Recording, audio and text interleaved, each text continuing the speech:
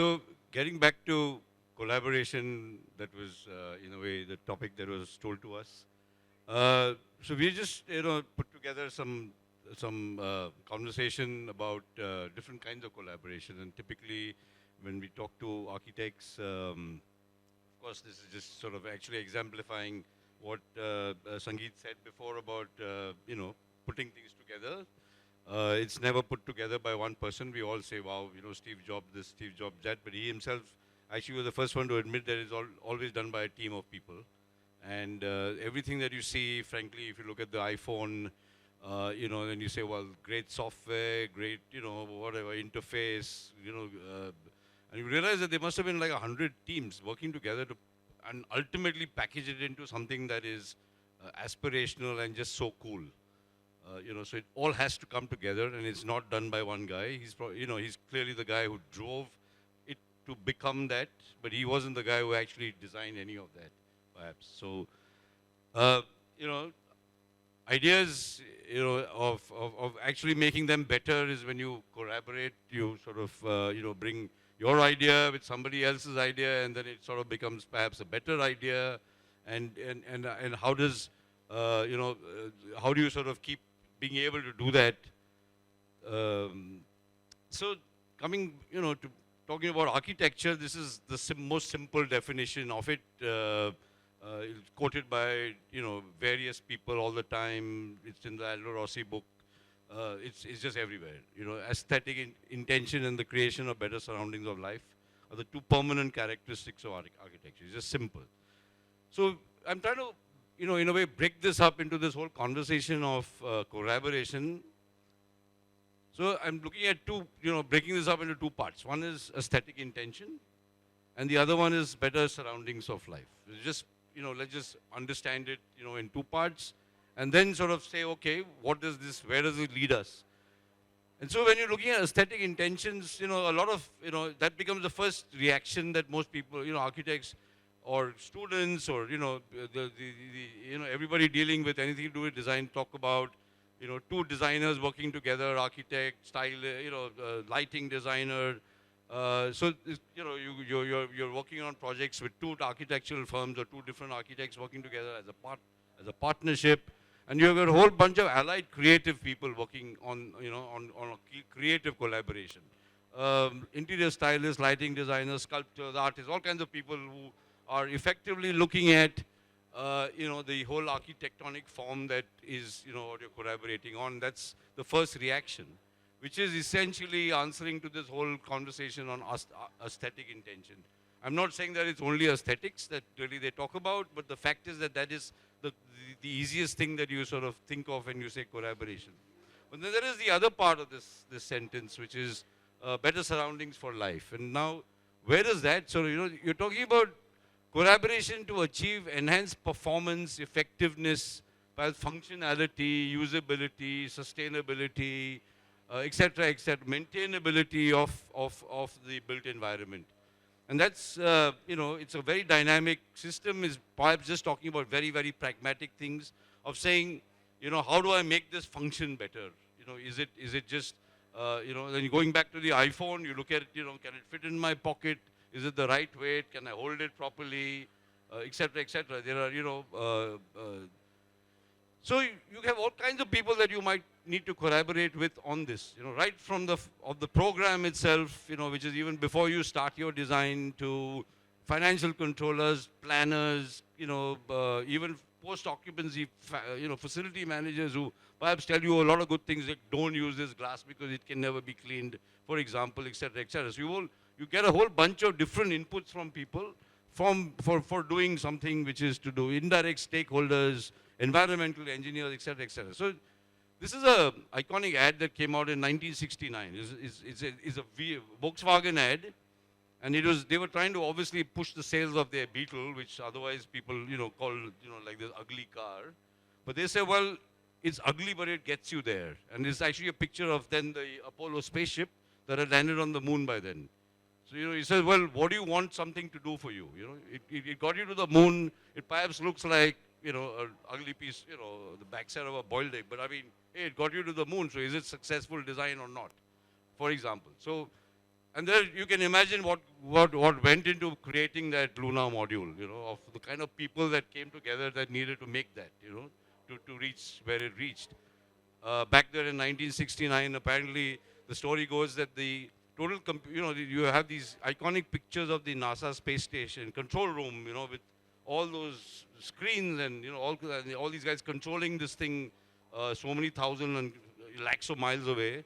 And they say the computing capacity of those computers is less than an iPhone 15. And that's scary to think that entire computing capacity is now in your pocket. And so it's just a crazy sort of a thing, and they could get somebody to go to the moon with that kind of computing capacity. And then if you're just sitting there and sending SMSs to each other, I don't know who are bigger idiots, But anyway, so it's the architect then that, perhaps, drives this in an architectural sort of space, that, he needs to provide an integral vision to the project from an architect that is both specific and flexible enough to be able to collaborate with people. And then she becomes the facilitator and the curator of all these ideas. So you got to then be able to pick up what you need to be able to make this project better. There are all some fantastic brains and fantastic ideas that can come in, and you need to then figure out what is really going to, work to enhance and make this entirety a better end product or end. So you find it. I mean, we spoke about this. In fact, I would go back from what Sangeet said. That you say, well, let the architect. If a client comes and says, do what you want, it's actually like scary. You'd rather actually, either have them putting constraints on you, or you have some self-imposed challenges that you want to put onto yourself to say that, this perhaps makes it more fun, because there is something then that you need to, get creative about. It's scary to think, there was a anecdote about Satyajit Ray being told about, the kind of budgets in those days that Manmohan Desai used to work with when he made all those crazy films of his in the 70s. And he said, for the budget of one of his songs, I can make 3 movies here. But then you see, what Satyajit Ray could do with that, with that one budget or 1/3 of a song ka budget versus the kind of movies that. So it's do what you want versus, is there a challenge that you want to put yourself under? So what are the challenges? I mean, if I'm looking at, for better surroundings of life. I mean, I'm looking at conversations now, and these are not limited to any of this, but just, 4 points to say, well, you're talking about net zero projects today. And can you do net zero projects without collaboration? And who are the kind of people that you need to collaborate with to be able to do net zero projects? So therefore, it's not suddenly this aesthetic discussion, but a whole bunch of other people that you need to be able to be open to collaborate with. Architecture for well-being, I mean, like it's a, this whole mental sort of issues are, something that we all are talking about. Who are the kind of people that we need to collaborate with to be able to achieve this? Is not just the architect. Creating humane habitats, it's a big challenge.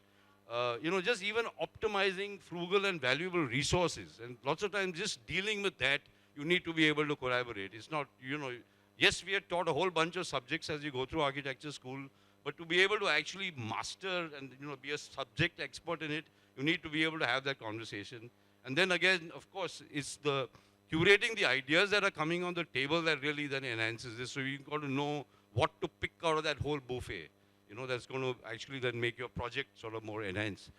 So if you're just saying net zero projects, for example, it's a very new and complex subject. Every day you literally have new sort of, aspects that are coming into, understanding. And you say, this can also become net zero. Even lots of people just go, including leaders in governments, go and bullshit to the whole world about saying that in 35 years, my country will be net zero. And then they go around, for example, promoting coal power production, because their corporate cronies have got coal mines. So that kind of stuff is happening. So it's every day the goalpost changes. So you got to, and the architect clients are saying, I want to have all these ratings, and we all want to be net zero. Almost every big corporate in India has already declared that their companies are going to be net zero in the next 30 years. But, what are they saying and doing, and, the way they're partying, you wonder whether, anybody is serious about anything. But anyway, so it's really extremely dynamic subject with newer understandings, newer strategies, newer materials, on a daily basis coming into the thing. And at the same time, we are all personally concerned with it, that can I actually achieve that sort of efficiency in the work I do? And then who do you collaborate with for this? I mean, there could be environmental planners, environmental engineers, material technologists, even local and vernacular language. I mean, there was this opportunity that one had, even actually talking to Sonam Wangchuk. I mean, it was literally a wonderful opportunity. And he said, for example, that when it's in the peak of winter in Leh, his house is actually warmer than a typical house in Delhi if he visits them in winter. He's saying, my house is 21 degrees. Any Delhi house you can freeze to death in winter. But his house is, is made of, just local knowledge, local materials. It's probably net zero because everything is within, not even 100, it's probably within 10 miles of his house radius. And, so maybe those are the kind of conversations they're going to be able to actually have to be able to, sort of, not some big data sheet that comes from some American corporation, and follow LEED or something. You can't get a LEED certificate if your building is not air conditioned. If it's just a naturally ventilated building, you actually will not really qualify for a LEED certificate. It's as stupid as that.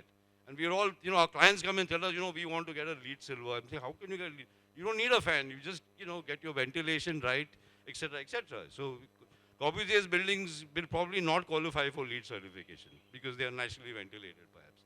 So those are the ridiculousness with which we are, in a way, being taught. So who do you have these conversations with? Because the subject is itself so dynamic.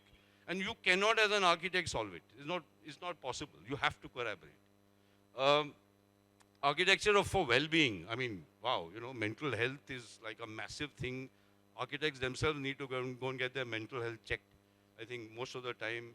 Who do you talk to? Malaria and mosquitoes, I mean, it's just a universal.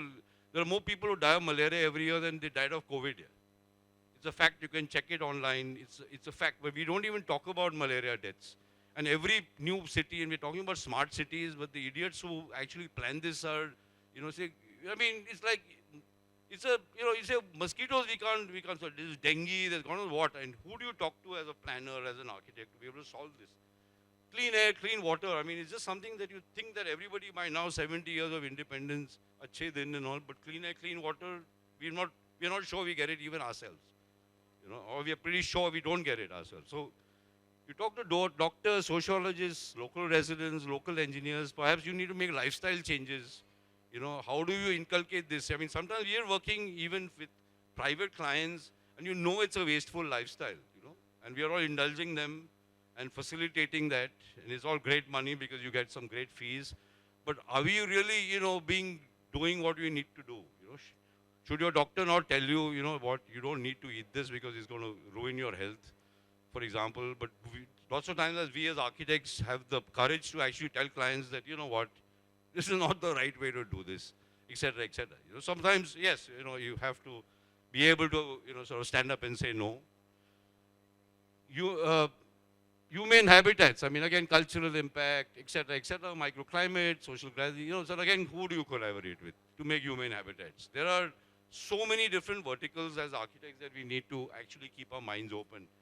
These are, sort of saying frugal and valuable resources. I mean, there was a time, for example, so I'm sure all of you think, you're talking about, like, when, Corbusier goes to Nehru and says, what's the program? And he says, I just want modern India.